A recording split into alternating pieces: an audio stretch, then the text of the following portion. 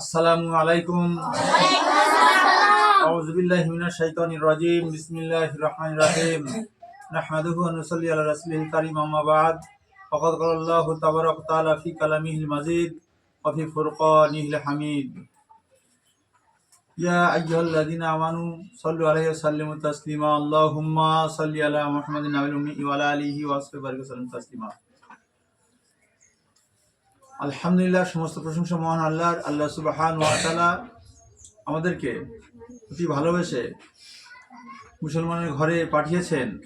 সেই সাথে সাথে আমরা জন্মসূত্রে মুসলমান, আর তার পরে পরে দয়ার রসুল জনাবে মুহাম্মদ রাসূলুল্লাহ সাল্লাল্লাহু আলাইহি ওয়াসাল্লামের উম্মত করে পাঠিয়েছেন, ঈমান নামক দৌলত দিয়েছেন। তার সাথে সাথে আমাদেরকে মুসলমান বিবেচিত হয়েছি বলে আল্লাহ সুবহানাহু ওয়া তাআলা আমাদের কি করেছেন? সর্বপ্রথমে দুনিয়াতে জাহান্নামের আগুন থেকে বাঁচিয়ে নিয়েছেন। কি করেছেন? কেন বলেন তো? অন্যান্য জাতিরা যারা আছে তাদের মরে গেলে পুড়ায় না, চিতায় ফেলে পুড়ায়, তো চিতায় ফেলে পুড়ায়। কিন্তু আল্লাহ সুবহানাহু ওয়া তাআলা এই মুসলমান হওয়ার কারণে, দরুনে শেষ নবীর উম্মত আমরা, এই মুসলমান হওয়ার কারণে আল্লাহ সুবহানাহু ওয়া তাআলা আমাদেরকে সর্বপ্রথমে দুনিয়ার আগুন থেকে বাঁচিয়ে নিয়েছেন আমাদের। সবাই আমরা বলি সুবহানাল্লাহ। আল্লাহ কত বড় মর্যাদা দিয়েছেন, শেষ নবীর উম্মত করেছেন। শেষমেশ এই শেষ নবীর উম্মত যতক্ষণ না জান্নাতে যাবে ততক্ষণ পর্যন্ত অন্যান্য নবীরা পর্যন্ত জান্নাতে যেতে পারবে না। কেমন? আল্লাহ রসুল সাল্লাল্লাহু আলাইহি ওয়াসাল্লামের উম্মতেরা সাক্ষী দেবে, অন্যান্য নবীদের সাক্ষী দেবে। হযরত মুসা আলাইহিস সালামের, ঈসা আলাইহিস সালামের সাক্ষী দেবে। তাদের জিজ্ঞাসা করবে যে তোমরা কোথায় শুনেছো? ওটা আল্লাহ রসুলের কাছে আমরা শুনেছি, কোরআন হাদিস থেকে আমরা শুনেছি। তখন আল্লাহ সুবহানাহু ওয়া তাআলা ওই সাক্ষী জান্নাতে যাবে। হয়তো নবী করিম সাল্লাল্লাহু আলাইহি ওয়াসাল্লামের উম্মত হওয়ার জন্যে অন্যান্য নবীর, হযরত আদম থেকে শুরু করে আর হযরতে ঈসা নবী পর্যন্ত প্রত্যেকটা নবী দরখাস্ত করেছিলেন আল্লাহ সুবহানাহু ওয়া তাআলার দরবারে যে আল্লাহ গো, আমাদেরকে এই নবী না করে শেষ নবীর উম্মত করে পাঠাও, ভালো হবে। আল্লাহ সুবহানাহু ওয়া তাআলা হযরত ঈসা আলাইহিস সালামের দোয়াটা কবুল করে নিয়েছিলেন, বাকি অন্যান্য নবীদের দোয়া কবুল করেননি আল্লাহ রসুলের উম্মত হওয়ার জন্য। আমরা সেই উম্মত যেটা আমাদের এত বড় দাম আর মান। পৃথিবীর বুকে যত নিয়ামত আল্লাহ পাঠিয়েছেন, সমস্ত নিয়ামত রাজিগুলো বলছে এই শেষ নবীর উম্মতের খেদমতের জন্য, উপকারের জন্য আল্লাহ পাঠিয়েছেন। প্রত্যেকটা জীব জানোয়ার যা আছে, যত গাছগাছালি, যত ফল ফলাদি আছে, যত মাছ আছে, যত কিছু যা নিয়ামত আল্লাহ দিয়েছেন মাখলুক, সমস্ত মাখলুকগুলো আল্লাহ সুবহানাহু ওয়া তাআলা এই শেষ নবীর উম্মতের মানে খেদমতের জন্য আল্লাহ পাঠিয়েছেন। এই জন্য করে আল্লাহ সুবহানাহু ওয়া তাআলা শেষ নবীর উম্মতের বড় দাম, মর্যাদা, শান আর মানস সরকার। আমরা শুনবো এই শেষ নবীর উম্মতের কত বড় মর্যাদা। এই মর্যাদা সম্পূর্ণ উম্মতেরা আমরা আজকের উত্তম কাজ করতে পারিনি, তাই আমাদের মর্যাদা সম্পূর্ণ হতে পারিনি। আল্লাহ সুবহানাহু ওয়া তাআলা ইতিপূর্বে আমি বলে দিয়েছিলাম যে ওয়ালা তাহিনু ওয়ালা তাহজানু ওয়া আনতুম আলাউনা ইন কুনতুম মুমিনিন। কোনো ভয় ডর কোনো কিছু নাই যদি তোমরা মুমিন হতে পারো। আর তোমরা যখন ইন কুনতুম মুমিনিন না হবে, তো আল্লাহ সুবহানাহু ওয়া তাআলা আমাদেরকে জাহেল বাদশা দিয়ে নিযুক্ত করে আমাদেরকে শায়েস্তা করে দেবে। তা সেজন্য করে আমরা সবাই সতর্ক হয়ে যাই যে আমরা জাহেল বাদশার কবল থেকে আল্লাহ যেন আমাদের সবাইকে বাঁচায়। আমিন। পৃথিবীর বুকে যত মুসলমান নরনারী আছে সবাইকে আল্লাহ জান, মাল, ইজ্জত, আবরু, সম্মান হেফাজত করেন। আমিন। আর জাহেল বাদশার থেকে, মুনাফিক থেকে আল্লাহ পাক যেন আমাদেরকে হেফাজত করেন। আমিন। আজকের হবে যে আল্লাহ রসুল সাল্লাল্লাহু আলাইহি ওয়াসাল্লাম মিরাজ শরীফে গিয়েছিলেন, রজব মাসে গিয়েছিলেন। তো 27শে রজব, কি বললাম? 27শে রজব। আল্লাহ রসুল সাল্লাল্লাহু আলাইহি ওয়াসাল্লাম তো উম্মে হানির ঘরে শোয়া ছিলেন। হযরত জিবরাইল আলাইহিস সালাম রাতের বেলা এলেন। রাতের বেলা এসে 26শে রজব গত করে ওই রাত্রে এসেছিলেন। এসে আল্লাহ রসুলকে নিলেন, তুলে নিয়ে বলছেন যে হাতিমের কাছে গিয়ে শুইয়ে রাখলেন। শুইয়ে রেখে বুকটা ফাড়লেন, এখান থেকে, এই গলা থেকে মানে নাভি পর্যন্ত ফেড়ে দিলেন। দিয়ে আল্লাহ রসুলের ভিতরে যত আমরা নাড়ি ভুঁড়ি বলি, ওই নাড়ি ভুঁড়িগুলো বার করলেন, দিলটা বার করলেন, করে জমজমের পানি থেকে ধুইলেন, ধুয়ে আবার ভিতরে ঢুকিয়ে দিলেন। এটাকে বলে হার্ট সার্জারি। এটা কি বলে? Heart surgery. এই সার্জারি থেকে এখন ডাক্তাররা আল্লাহ সুবহানাহু ওয়া তাআলার নবীর এই হার্ট সার্জারিটা রিসার্চ করে করে তারপরে সার্জারি করা আরম্ভ করেছে। আল্লাহ রসুল সাল্লাম যখন খালি গায়ে থাকতেন, সাহাবা হুজুরা যখন দেখতেন যে গলার ধার থেকে আর এই নাভি পর্যন্ত মানে এরকম জোড়া জোড়ার মতো দাগ আছে, সেলাই করার দাগ দাগ দেখা যেত। আল্লাহ রসুল সাল্লামের যেটা করেছিলেন, এটাকে আমরা বলি অপারেশন হার্ট সার্জারি বলা হয় এটা। সে যাই হোক, আর সাক্ষ্যে সাদার বলা হয়েছে, সাক্ষ্যে সাদার, এটা কি বলা হয় আরবিতে? সাক্ষ্যে সাদার। আচ্ছা, এই বক্ষ বিদরণ, তাকে বলা বাংলাতে বলা বক্ষ বিদরণ। তো এইটাই আল্লাহ রসুল সাল্লামের করেছিলেন। এবারে ওখান থেকে নিয়ে আল্লাহ সুবহানাহু ওয়া তাআলাকে, আল্লাহ সুবহানাহু ওয়া তাআলার নবীকে নিয়ে হযরত জিবরাইল সাল্লাম একটা জায়গায় নিয়ে গেলেন। সেই জায়গাটার নাম কি বলো তো? প্রথমে যে বলছে জায়গা কোন জায়গা জিবরাইল? আল্লাহ সুবহানাহু ওয়া তাআলার নবী যখন জিজ্ঞাসা করলেন, তো সেই সময় আল্লাহ সুবহানাহু ওয়া তাআলার নবী কথা বলার সাথে সাথে জিবরাইল সাল্লাম বললেন, বলছে এটা হলো তোমার হিজরতের পরের জায়গা, তুমি এখানে এসে থাকবে, এইটা হলো তোমার হিজরতের পরের জায়গা। এরপরে কি হচ্ছে? হলো এটা মদিনা। এটা কি মদিনা? এর আগে ছিল কি তাইবা। হ্যাঁ, এটা কি? হ্যাঁ, তাইবা ছিল। ওই জায়গাটার নাম মদিনা। তুমি এখানে এসে স্থান পাবে, তোমার মক্কা থেকে তাড়িয়ে দেবে কাফেররা। তারপর আরেক জায়গা নিয়ে পাহাড়ের উপরে, যে পাহাড়ে হয়তো কালিমুল্লাহ। কালিমুল্লাহ কাকে বলা হয় তোমরা শুনেছো এর আগে? হ্যাঁ, কালিমুল্লাহ কাকে বলা হয় বলো? কালিমুল্লাহ কাকে বলা হয়? দেখো না, বলতে পারে না। এবার 3-4 দিন আগে এটা হয়েছে কালিমুল্লাহ, 3-4 দিন আগে, শনিবার দিন হয়েছে, শনিবার দিন না, কোনদিন কে বলতে পারবে কালিমুল্লাহ কাকে বলা হয়? আল্লাহর সঙ্গে বেশি কথা বলতেন কোন নবী? মুসা আলাইহিস সালাম, তাকে কালিমুল্লাহ বলা হয়। তোমরা পড়াশোনা করছো না, ঘোড়ার ডিম করছো, একটু মনে নেই? কালিমুল্লাহ বলছে এইখানে কথাবার্তা বলতেন আল্লাহর নবী হয়তো মুসা আলাইহিস সালাম আল্লাহর সঙ্গে। এটা মানে বলছে এই পাহাড়টা তুর পর্বত। এটা কি তুর পর্বত? ঘুটঘুটে অন্ধকার কালো, বলছে এটা হলো কালো অন্ধকার, এটা এই হলো তুর পর্বত। এখানে মুসা নবী কথা বলতেন আল্লাহর সঙ্গে। কিরকম ভাবে? আল্লাহর সঙ্গে যখন কথা বলতেন, একটা খেজুর গাছের গড়ায় দাঁড়িয়ে একটা পাতা ঝুলে থাকতো, ওইখান থেকে উনি কথা বলতেন আল্লাহর সঙ্গে। ওখান থেকে যোগাযোগ হতো, খেজুর গাছের গোড়া থেকে সরে যেত, সঙ্গে সঙ্গে কথা বন্ধ হয়ে যেত। যেরকম সেইটার থেকে তো মোবাইল সৃষ্টি করেছে আল্লাহ সুবহানাহু ওয়া তাআলার নবী মুসা আলাইহিস সালাম যখন কথা বলতেন।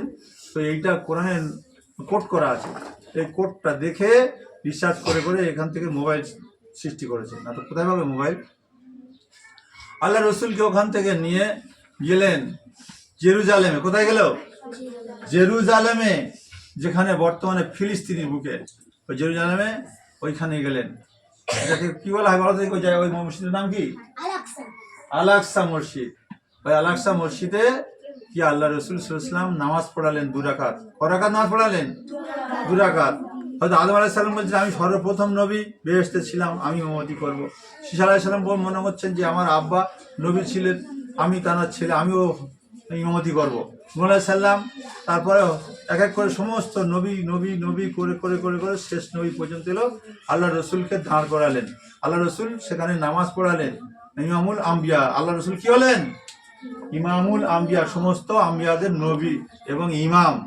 হ্যাঁ, এবং তিনি সেখানে নামাজ পড়িয়ে 2 রাকাত নামাজ পড়িয়ে ওখান থেকে আল্লাহর রসুলকে নিয়ে আল্লাহর ফারিস্তা জিবরাইল সাল্লাম আসতে শুরু করলো। 1 আসমান, 2য় আসমান, 3য় আসমান, 4র্থ, প্রথম, 2য়, 3য়, 4র্থ, 5ম, 6ষ্ঠ, 7ম আসমান পাড়ি দিয়ে আল্লাহ সুবহানাহু ওয়া তাআলা আরশ আজিম, তারপর সিদরাতুল মুনতাহা, তারপরে আল্লাহর সুবহানাহু ওয়া তাআলার কাছে এলেন।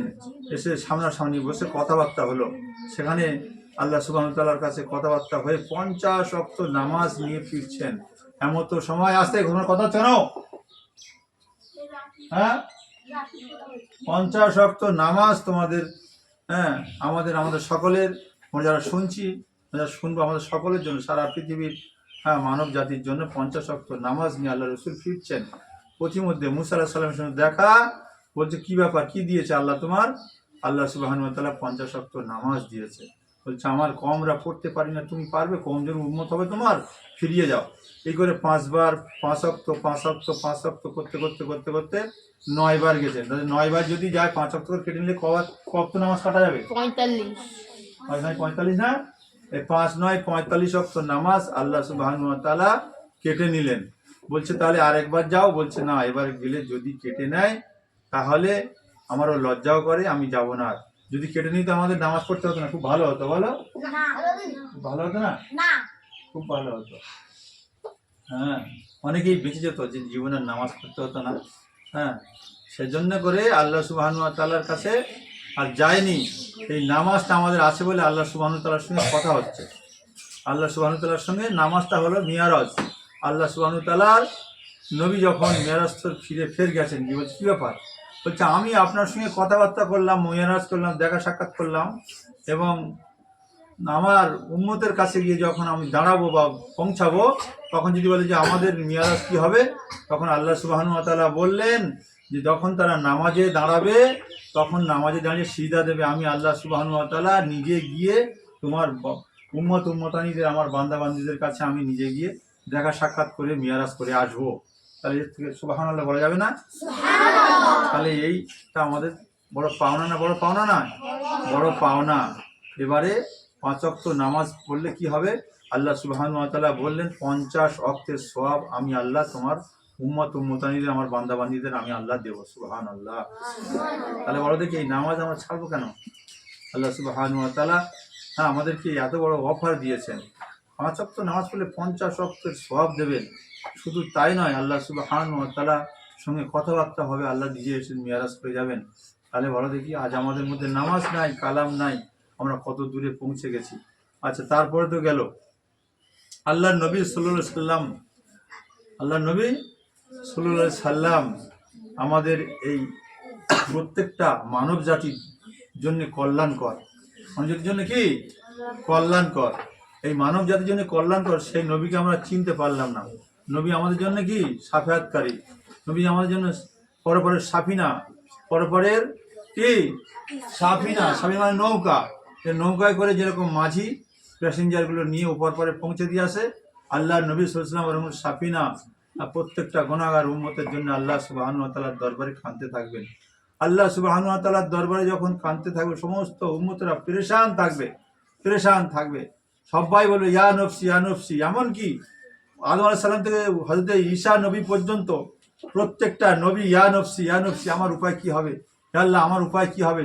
সেই দিন সূর্য মাথার উপরে এসে যাবে, আর বলা হচ্ছে এই নাকের ছিদ্র দিয়ে, কানের ছিদ্র দিয়ে, মুখ দিয়ে বসবস করে সমস্ত ঘিগুলো বার হয়ে যাবে। জিহ্বাগুলো প্রত্যেকটা মানুষের জিহ্বা কুকুরের মতো এরকম মাটিতে ঝুলতে থাকবে, হা করে থাকবে, পানি আর পানি। সেই সময় হাউজে কাউসারের পানি আমার আল্লাহর নবী সাল্লাল্লাহু আলাইহি সাল্লাম হাউজে কাউসারের পানি পেয়ালা করে প্রত্যেকটা উম্মতদের খাওয়াবেন। তাহলে এর থেকে বড় পাওনা কি আছে? যদি নামাজি না হয় তাহলে আমরা পাবো? বলো পাবো? হ্যাঁ কি না বলো? পাবো কি আমরা? পাবো না। সেজন্য করে আমাদের প্রত্যেকের উচিত যে আমরা নামাজ না ছাড়ি, নামাজ যেন না ছাড়ি। ওই সময় আল্লাহ রসুল সাল্লাল্লাহু আলাইহি ওয়াসাল্লাম আল্লাহর মাকামে মাহমুদের কাছে সিজদায় পড়ে থাকবে, কাঁদতে থাকবে। আল্লাহ সুবহানাহু ওয়া তাআলা সেদিন কাহার হয়ে থাকবেন। সেই আল্লাহ রসুলের এই সিজদা থাকা অবস্থায় দেখে আল্লাহ সুবহানাহু ওয়া তাআলা মায়ায় পড়ে যাবে। সেই সময় কেউ কথা বলবে না আল্লাহর সামনে, আল্লাহ রসুল ছাড়া। সে সময় আল্লাহ সুবহানাহু ওয়া তাআলা, আমার দোস্ত হাবিব তুমি মাথা তোলো, তোমার চাহিদা কি, তোমার কি চাওয়া পাওয়া। আল্লাহ রসুল বলবেন ইয়া রব্বুল ইজ্জাত রহমান রহিম, ইয়া রব বারি, আমার একটা চাওয়া, আমি মুস্তাউদ যাওয়া, অর্থাৎ একটা দোয়া আমি করবো। সে দোয়াটা কি? বলছে আমার গুনাহগার উম্মতগুলো আমি যেন নিয়ে জান্নাতে যেতে পারি। বলছে আমি কবুল করে নিলাম। কি বলবে? কবুল করে নিলাম। সেই মেরাজের কথা বলছিলাম, নামাজের কথা বলছিলাম। তাই নামাজ আমরা পড়বো, হারালাতে পড়বো না? আল্লাহ পাক আমাদের তো তৌফিক দান করুক, আমিন।